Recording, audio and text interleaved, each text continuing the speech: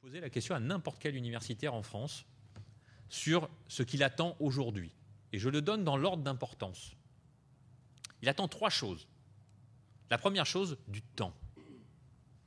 Il veut avoir du temps. Il veut pouvoir s'occuper de ses étudiants.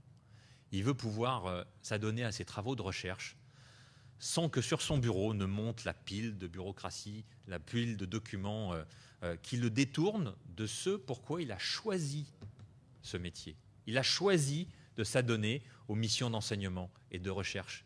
C'est dans la plupart des cas, c'est un choix. On peut s'interroger effectivement sur l'évolution du métier, la mutation profonde du métier d'enseignant-chercheur.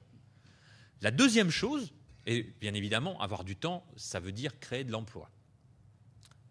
Ça veut dire qu'effectivement, on est des créations d'emplois, des locaux qui soient construits. La deuxième chose, c'est d'être libre, d'avoir la garantie de ses libertés scientifiques et pédagogiques, de pouvoir choisir son champ d'investigation, de pouvoir être curieux, parce que c'est quand même ce qui nous anime tous les jours, de pouvoir s'en aller sur un chemin de traverse parce que ce chemin de traverse est nécessaire. Il n'est pas nécessairement utile, mais il est dans le champ.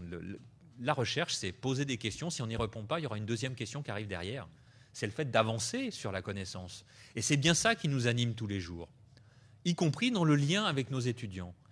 Et le troisième point qui arrive dans les attentes d'un universitaire, c'est qu'on l'écoute, voire même qu'on l'entende, et qu'il soit intégré pleinement dans les processus de décision à tous les niveaux, que ce soit dans son UFR, dans son université, et de manière plus générale dans les instances qui régulent l'ensemble de l'enseignement supérieur.